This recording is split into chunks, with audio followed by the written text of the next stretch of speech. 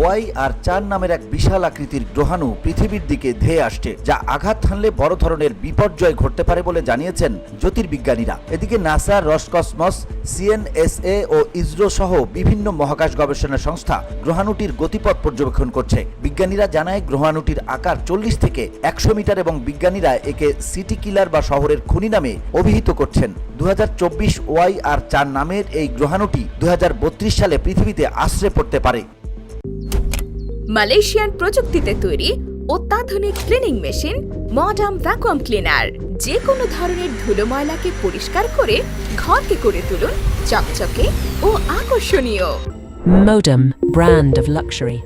র্যাঙ্কিনের report অনুযায়ী গ্রহাণুটি উত্তর ও দক্ষিণ আমেরিকা, দক্ষিণ এশিয়া, আরব সাগর অথবা আফ্রিকায় যে কোনো জায়গায় আছড়ে পড়তে পারে। এতে Bharat, Pakistan, Bangladesh, Ethiopia, Sudan, Nigeria, Venezuela, Colombia ও ইকুয়েডরের মতো দেশ ক্ষতিগ্রস্ত হতে পারে। তবে এই তালিকা পরিবর্তন হতে পারে বলে সতর্ক করেছে নাসা।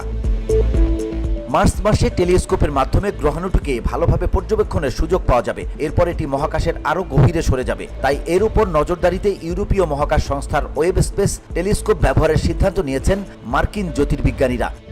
ধুলো, ময়লা ও ক্ষতিকর ধূলিকণা থেকে নিমিষেই মুক্তি দেয় চৌধুরী এয়ার পিউরিফায়ার।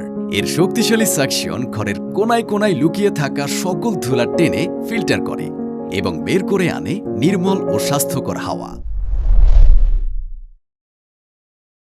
জ্যোতির্বিজ্ঞানীরা জানায়, যদি গ্রহাণুটি পৃথিবীতে আঘাত হানে তবে বিশাল বিস্ফোরণ ঘটবে, যা 80 লাখ টন TNT বিস্ফোরণের সমান হতে পারে। এটি হিরোশিমায় ফেলা পরমাণু বোমার চেয়ে 500 গুণ বেশি শক্তিশালী হবে।